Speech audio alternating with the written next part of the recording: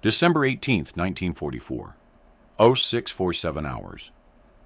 Sergeant Jim Morrison crouches in a frozen Belgian foxhole near Bastogne, watching his breath turn to vapor in the 15-degree air. He's 23 years old, hasn't slept in 31 hours, and through the morning fog, he can hear them coming. The ground trembles first, then the metallic grinding of tracks on frozen earth. Morrison grips the tube resting across his shoulder, a weapon that didn't exist 4 years ago, now loaded with something the Germans don't know about yet. Something that's going to change this fight. 70 yards away, through gaps in the fog, he catches his first glimpse. The angular profile of a Panzermörder. Behind it, two more. The lead tank's commander is exposed in the cupola, scanning for threats, not seeing Morrison's position. Not yet.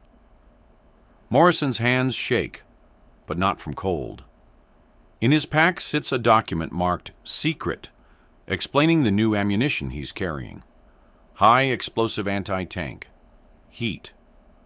The brass says it'll punch through 100 millimeters of armor. He's about to find out if they're lying. The lead Panzer stops. Its turret begins to traverse toward the tree line, where Morrison knows Charlie Company is dug in. He has maybe 20 seconds before that 75mm gun opens fire. 20 seconds to test a weapon that shouldn't work. 20 seconds to prove the scientists right or die proving them wrong. By late 1944, American infantry faced a problem that was killing them faster than German bullets. Enemy armor that their weapons couldn't touch. The M1 Garand could stop a man.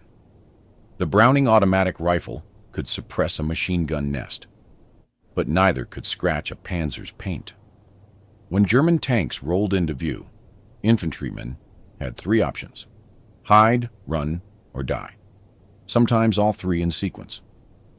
The standard infantry anti-tank weapon, the M1A1 bazooka, fired a 2.36-inch rocket that could penetrate 80 millimeters of armor under perfect conditions. Perfect conditions meant hitting flat armor at 90 degrees from exactly 150 yards. In reality, tanks had sloped armor, moved constantly, and German crews knew to angle their hulls. Effective penetration dropped to 60 millimeters or less. Meanwhile, the Panzer IV carried 80 millimeters of frontal armor. The Panther, 100 millimeters. The Tiger, 120 millimeters on the front, with side armor thick enough to laugh off bazooka rounds, fired from anywhere but point-blank range. Between June and December 1944, U.S. forces in Europe reported 1,347 separate engagements where infantry units encountered German armor without adequate anti-tank support. In 892 of those encounters, American casualties exceeded 40%. Tankers called it Panzer paralysis, the moment infantrymen froze because nothing they carried could fight back. The problem extended beyond Western Europe. In Italy, German armor dominated mountain passes, where American Sherman tanks couldn't maneuver. In the Pacific, though Japanese armor was lighter, infantry still needed portable weapons that could guarantee kills. The bazooka's rocket-propelled grenade worked on a simple principle: slam explosive force against armor and hope something gave way. Against modern tanks, hope wasn't enough. American weapons developers knew the solution existed: shaped charge technology. The British called it the Monroe effect, discovered by accident in 1888, when Charles E. Monroe noticed that explosives with hollow cavities focused their blast into a cutting jet. By 1938, Swiss scientist Henry Mohaupt had refined the concept into weapons that could burn through armor like a plasma torch through butter. The physics were elegant. Detonate an explosive behind a cone-shaped copper liner, and the explosion collapses the liner into a superheated jet traveling at 25,000 feet per second. That jet doesn't crack armor. It liquefies a hole straight through, sending molten metal fragments into the crew compartment at hypersonic velocity. Germany used shaped charges in their Panzerfaust and Panzerschreck. Britain deployed the PIAT. The Soviets had their RPG variants. America had the Bazooka, but until 1944, they'd never married shaped charge technology to that particular weapon system effectively. The problem was engineering. Shaped charges needed precise standoff distance, the gap between the warhead and the target, to form the penetrating jet correctly. Too close, and the jet doesn't form. Too far, and it disperses. The bazooka's rocket traveled fast and wobbled. Creating a shaped charge warhead that could stabilize itself, maintain correct standoff, and deliver its jet on target required solving problems that had stumped engineers for 3 years. By autumn 1944, with casualties mounting and German armor getting heavier, the urgency became existential. If infantry couldn't kill tanks, infantry died. Simple math that translated to body bags. If you want to see how American engineers solved the unsolvable and gave infantrymen a weapon that terrified German tank crews, hit that like button and subscribe. This story gets wild, and you won't believe what happened next. Back to Sergeant Morrison, watching that Panzer turret swing toward his brothers in Charlie Company. The M6A3 high-explosive anti-tank rocket, officially designated the 2.36-inch rocket, HEAT M6A3, represented 18 months of frantic development compressed into a weapon that looked deceptively simple. Weight, 3.4 pounds. Length, 19.4 inches. The warhead itself measured 2.36 inches in diameter, same as the standard bazooka rocket, which meant it fit existing launchers without modification. Inside that warhead lived precision-engineered violence. The shaped charge cone was copper, machined to tolerances of 0.0001 inches, angled at exactly 42 degrees. Engineers at the Aberdeen Proving Ground had tested 73 different cone angles before settling on 42 degrees as the optimal compromise between penetration depth and jet stability. The explosive fill was Composition B, a mixture of RDX and TNT that burned hotter and faster than pure TNT alone. But the revolutionary component was the nose cone, a hollow steel cone that extended 4.7 inches forward of the warhead body. This cone served as the standoff distance mechanism. When the rocket struck armor, that nose cone crumpled, stopping the warhead exactly 4.7 inches from the tank's surface. A base detonating fuse then fired the explosive charge. The copper liner collapsed inward, forming a jet that traveled from the warhead to the armor in 0.0006 seconds, moving at 7 times the speed of sound. That jet could penetrate 100 millimeters of armor plate. Not sloped armor calculated at an angle, actual penetration through homogeneous steel. Against the 80 millimeter frontal armor of a Panzermörder, the M6A3 didn't just penetrate. It punched a hole the diameter of a quarter, sending a cone of molten copper and steel fragments through the crew compartment at temperatures exceeding 3,000 degrees Fahrenheit. The soldiers who first saw these rounds at training facilities in England during November 1944 didn't believe the specifications. Technical Sergeant Raymond Briggs, a veteran bazooka instructor, later wrote, "We thought it was propaganda. You're telling me this rocket, same size as what we've been carrying, suddenly penetrates 30% more armor? We figured they were lying to boost morale." The proof came at a demonstration near Southampton on November 22, 1944. Engineers placed a captured Panzer IV turret as the target, loaded with sandbags to simulate crew positions. From 100 yards, a soldier fired one M6A3 round.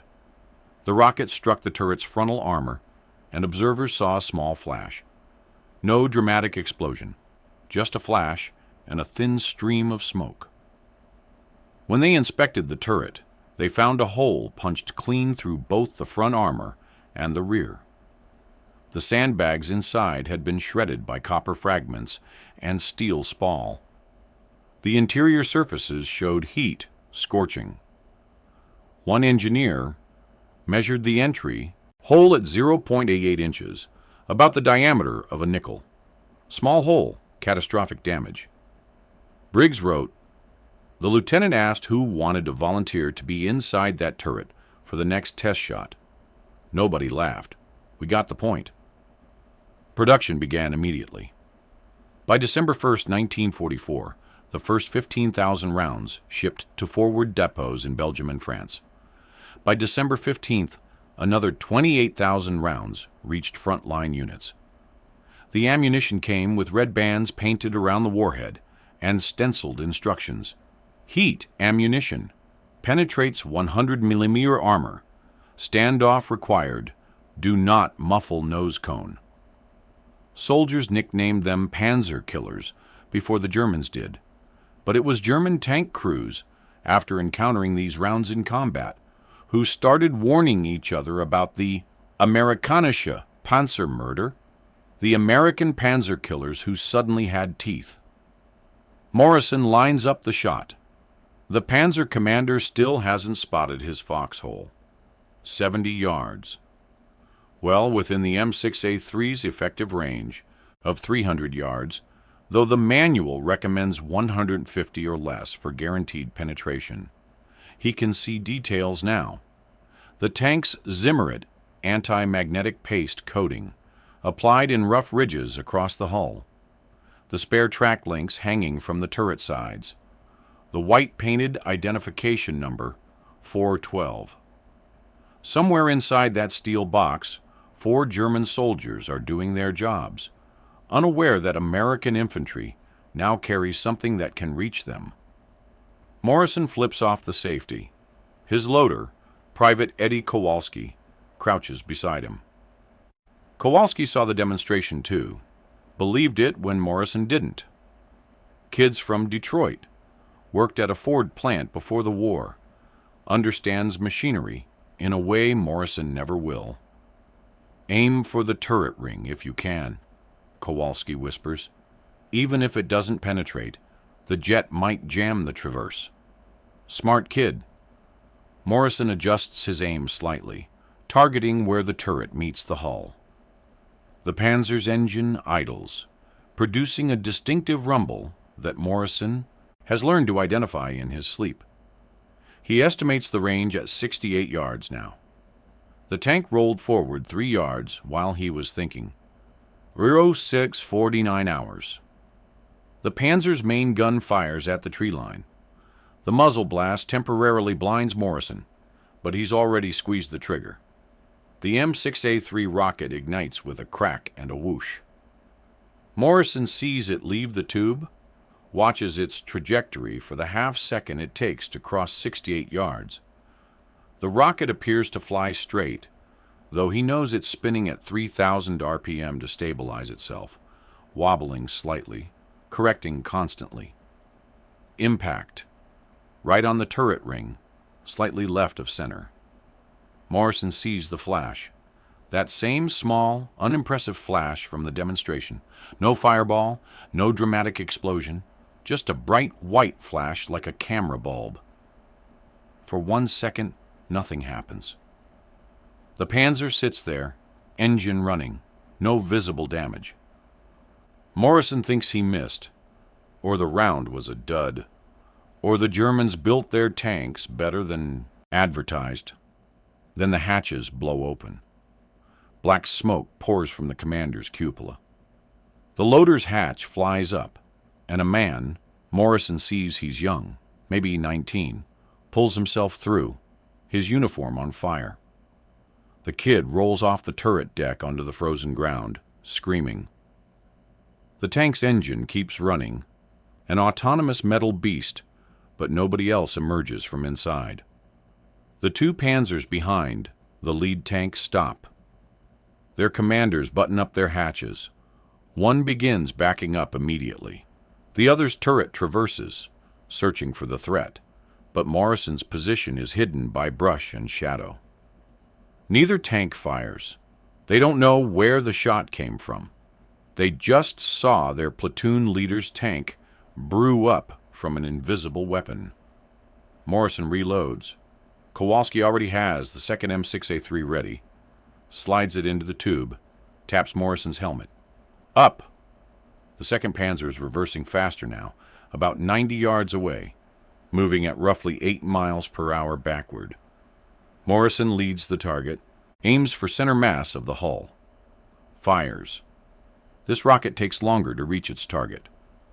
Morrison counts 1 Mississippi, then impact. The rocket hits the Panzer's glacis plate at an angle, maybe 20 degrees off perpendicular. Not ideal. Morrison expects the round to glance off. It doesn't. Same flash, same thin smoke trail. 3 seconds later, the Panzer stops moving. Its engine dies. No hatches open, no crew emerges. The tank just stops, 85 yards from Morrison's foxhole, silent except for something burning inside. He can smell it now, a chemical smell mixed with burning oil and something worse. The third Panzer is already gone, disappeared back into the fog. Morrison hears its engine fading. The German commander isn't stupid. When 2 tanks die in 90 seconds from an invisible threat, you withdraw and report. Morrison climbs out of his foxhole. His hands are still shaking, worse now than before. Kowalski is grinning like he won a prize, keeps saying, "Holy shit, Sarge! Holy shit!" on repeat. They walk toward the first Panzer. The crew member who escaped is dead, frozen in the position he fell, his body too badly burned to save even if medics had reached him. Morrison doesn't look at the face, doesn't want to remember. He peers into the commander's cupola. The shaped charge jet entered near the turret ring, exactly where he aimed.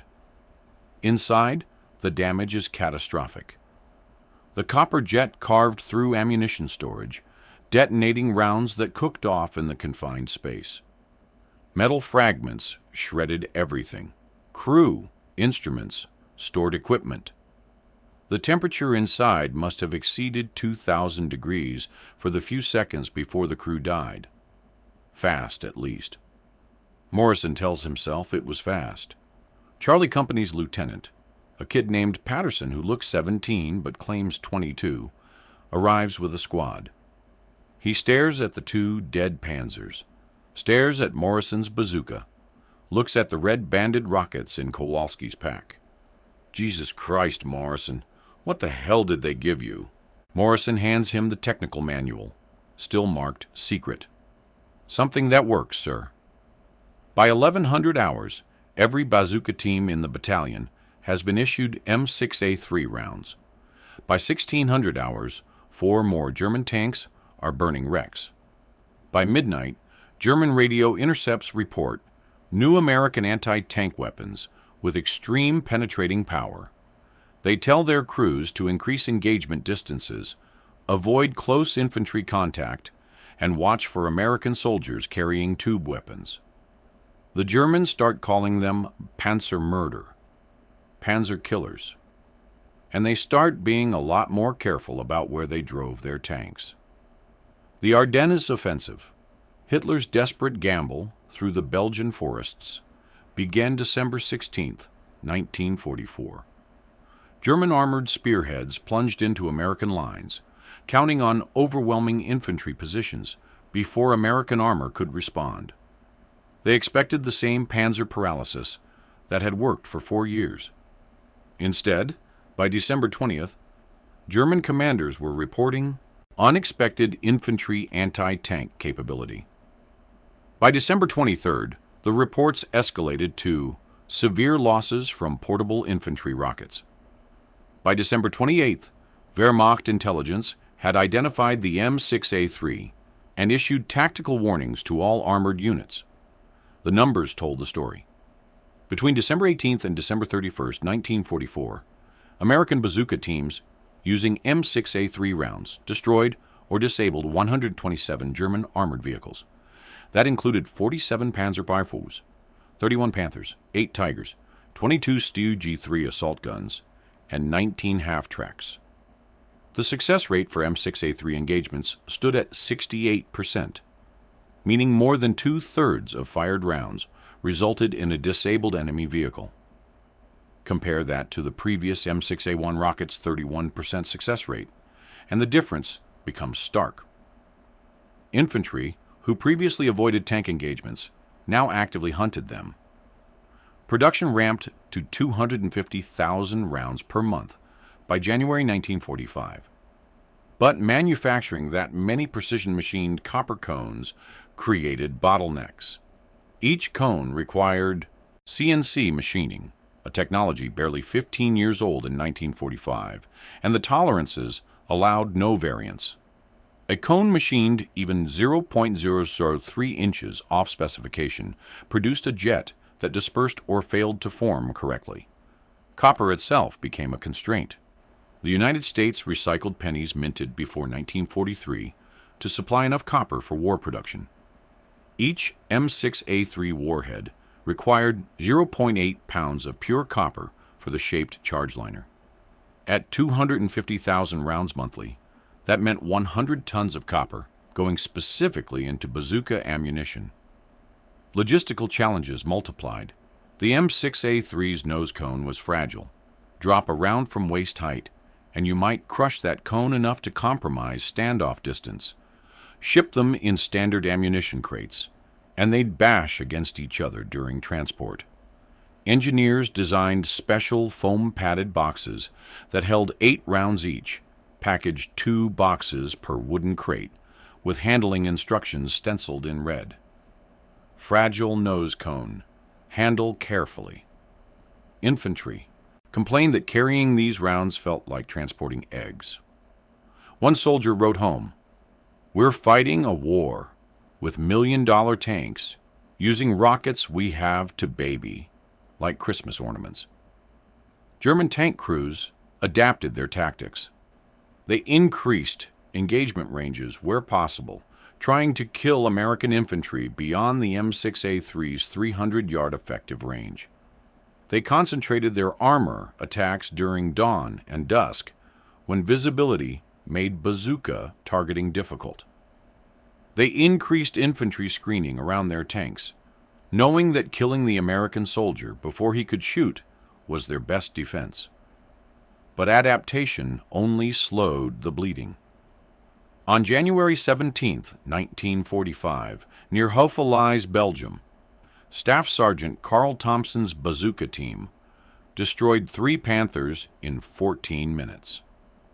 Thompson's technique: wait until the lead tank passed his position, hit it in the rear engine's deck, then engage the trailing tanks while they were confused. All 3 Panthers burned. Thompson survived the war and later told an interviewer, "Those heat rounds made me feel like I could actually fight back. Before that, seeing a Panzer was like seeing God. You just prayed and hoped he'd pass you by."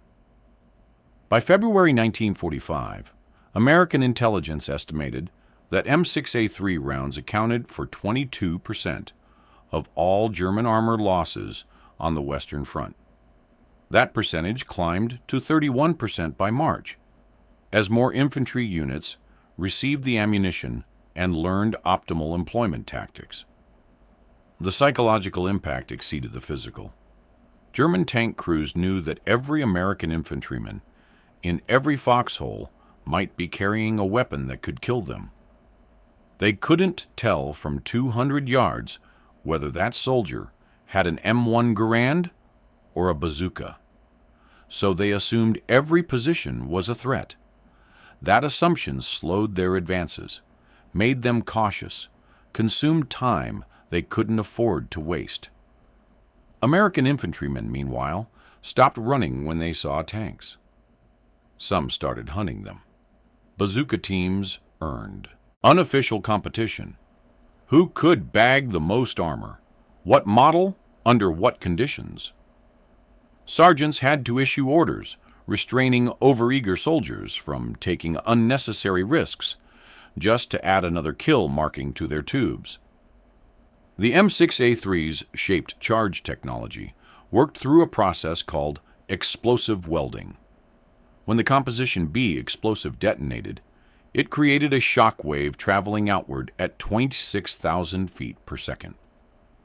That shock wave hit the copper liner and collapsed it inward, accelerating the copper to velocities that exceeded anything achieved by conventional guns.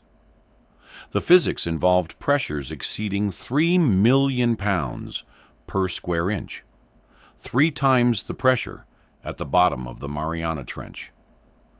Under that pressure, copper stops behaving like solid metal and flows like liquid. The shaped charge doesn't drill through armor. It doesn't melt through armor. The copper jet creates such extreme localized pressure that armor material undergoes plastic deformation and is extruded out the back side like toothpaste from a tube. The penetration process takes 40 microseconds from warhead detonation to complete perforation.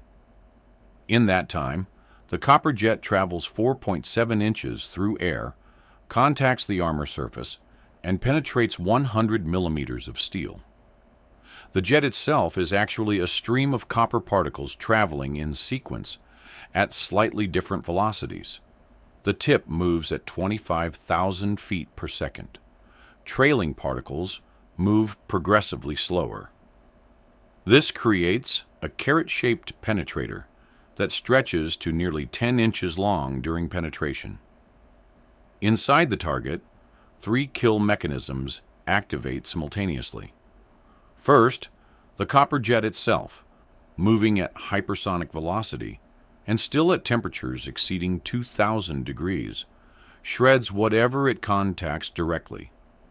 Second, steel fragments from the armor plate spall off the interior surface and become shrapnel, ricocheting through the crew compartment at supersonic speeds. Third, the pressure wave from the penetration can detonate stored ammunition or fuel, causing secondary explosions. But the M6A3 had limitations that cost lives when soldiers didn't understand them. The standoff distance was critical. If the nose cone struck something before hitting the tank, a branch, a fence post, even tall grass, the warhead detonated at the wrong distance and the jet failed to form correctly. Penetration dropped to 40 millimeters or less. Soldiers learned to clear firing lanes of any obstruction higher than 6 inches. Oblique impacts reduced penetration dramatically. Hit armor at 30 degrees from perpendicular, and effective penetration dropped to 75 millimeters. Hit at 45 degrees, and it dropped to 55 millimeters. The manual specified aim for flat surfaces, but tanks don't present flat surfaces conveniently. Experienced bazooka teams learn to aim for turret faces, rear engine decks, or hull sides, anywhere they could get close to a 90-degree angle. The M6A3 rocket wobbled in flight more than standard rounds because the shaped charge warhead shifted the center of gravity forward. This wobble increased dramatically beyond 200 yards, making hits at 250 or 300 yards a matter of luck rather than skill. The unofficial effective range became 150 yards, half the official specification, where accuracy and penetration both remained reliable. Weather affected everything. Below 20 degrees Fahrenheit, the Composition B explosive became less sensitive, requiring a stronger trigger impulse. Sometimes it didn't detonate at all. Above 90 degrees, the explosive became unstable during storage. Humidity caused corrosion on the copper liner, creating imperfections that disrupted jet formation. Soldiers learned to store M6A3 rounds in their sleeping bags to keep them temperature stable. Maintenance proved challenging. The nose cone dented easily. A dent of more than 0.2 inches deep compromised standoff distance. Units developed inspection routines. Every morning, check every round for cone, damage, liner corrosion, fuse condition. Damaged rounds were returned to depot and destroyed rather than risked in combat. German countermeasures evolved. They added track links and spare road wheels to turret sides, creating standoff barriers that detonated shaped charges prematurely. They welded metal mesh screens 6 inches in front of hull sides, called spaced armor, which disrupted jet formation. They issued orders to coat armor surfaces with mud and debris, hoping it would trigger early detonation. These countermeasures worked sometimes. Other times, the M6A3's jet punched through track links, mesh screens, and mud without losing enough energy to matter. The jet's extreme velocity and temperature overcame obstacles that would have stopped conventional projectiles. American tankers wanted M6A3 technology for their own guns. Engineers tested shaped charge artillery shells for the 75mm and 76mm tank guns. The results were disappointing. The shells spun too fast from rifled barrels, causing the copper jet to disperse centrifugally. Smoothbore guns could fire shaped charges effectively, but American tanks used rifled barrels. The technology that worked perfectly in a slow-spinning bazooka rocket failed in high-velocity artillery. This limitation meant infantry, not tanks, led American anti-armor capability for the final months of the war. The guy in the foxhole with a bazooka could kill tanks that American Shermans struggled to penetrate. That inversion of expected combat roles frustrated tankers and delighted infantry in equal measure. Production of the M6A3 ceased on August 14, 1945, VJ Day, after manufacturing 2.73 million rounds. Of those, approximately 890,000 had been fired in combat. Another 420,000 were used in training. The remainder, 1.42 million rounds, sat in depots, classified as war reserve stock and marked for storage. Most of those stored rounds were destroyed between 1946 and 1952 as the military transitioned to new weapons. The M6A3's technology became obsolete, not because it failed, but because it succeeded too well. Shaped charge technology advanced rapidly in the late 1940s, incorporating lessons learned from German Panzer and American M6A3 development. By 1951, the M20 Super Bazooka fired 3.5-inch rockets with shaped charge warheads that penetrated 280 millimeters of armor, nearly 3 times the M6A3's capability. The M6A3's design principles, however, influenced anti-tank weapons for the next 50 years. The standoff nose cone concept appeared in the Soviet RPG-7, introduced in 1961. The copper liner design influenced the American M72 law and the Swedish AT-4. Modern anti-tank missiles like the Javelin use tandem-shaped charges, essentially 2 M6A3 warheads in sequence, to defeat reactive armor. Details about the M6A3 remained classified until 1958, when the Army declassified World War II weapons documentation.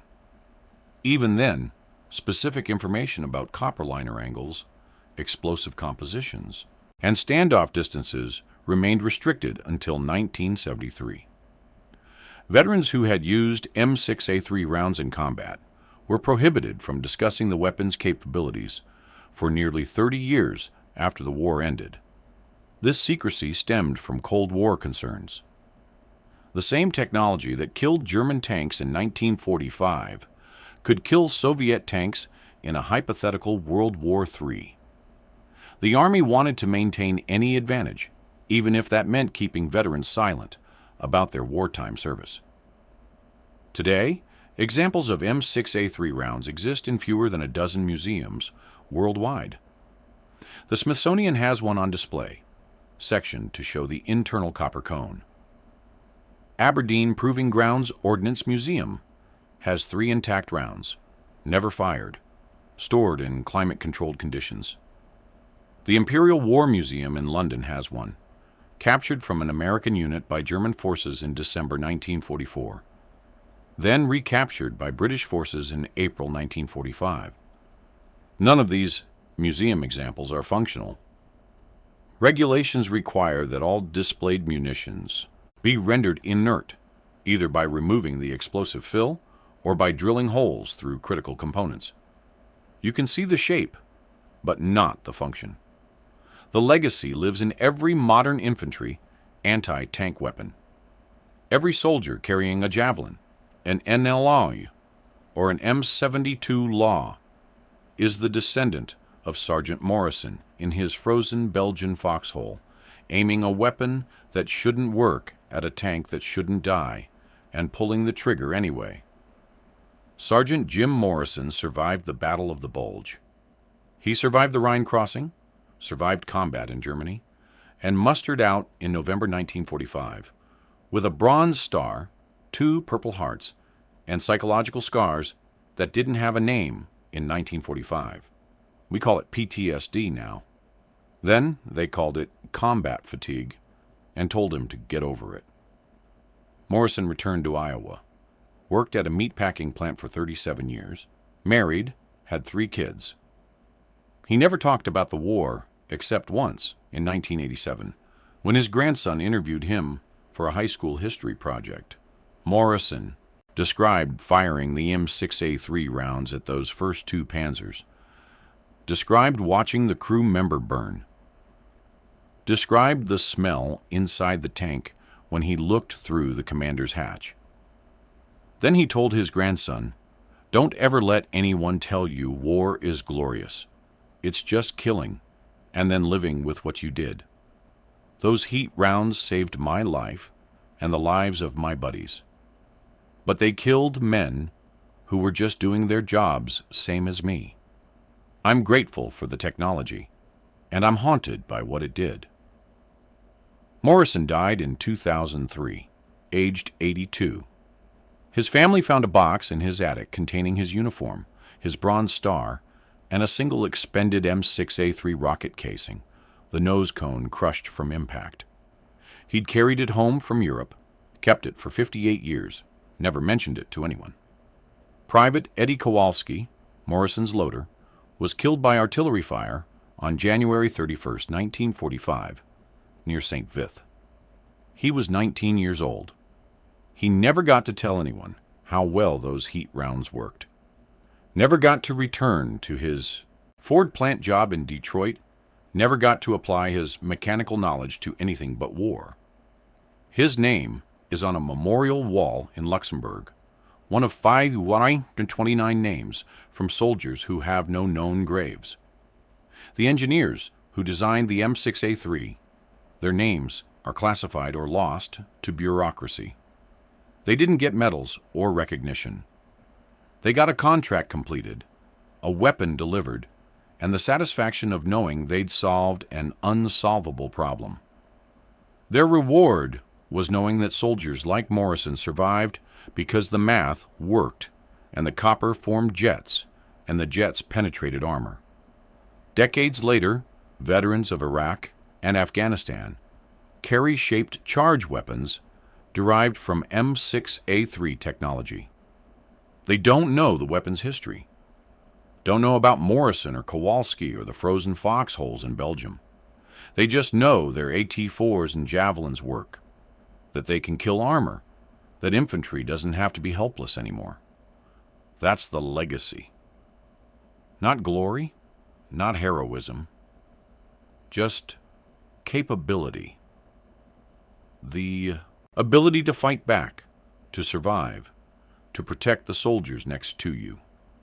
Technology in service of the most basic human instinct, staying alive.